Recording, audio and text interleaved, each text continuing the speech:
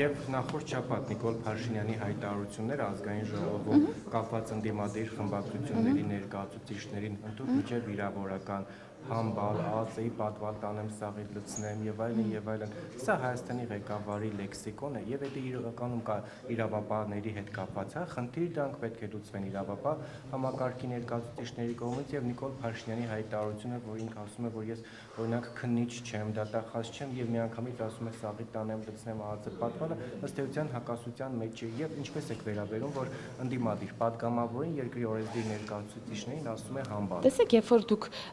նման կերպ եք մեկնաբանում վարչապետի խոսքը, դրա համար էլ հասարակության մեջ սխալ կարծիք է ձևավորվում, որ վարչապետն ասել է սաղիթ տանելու եմ լցնեմ պատվալը, ասել է, եթե ընդդիմադիր մամուլին հետևեմ, ձեզ բոլորիդ պետք է տանեմ լցնել պատվալ ու այո, եւ ոչ միայն դա, այլև կախել հրապարակից, որովհետեւ դուք չեք շփվում քաղաքացիների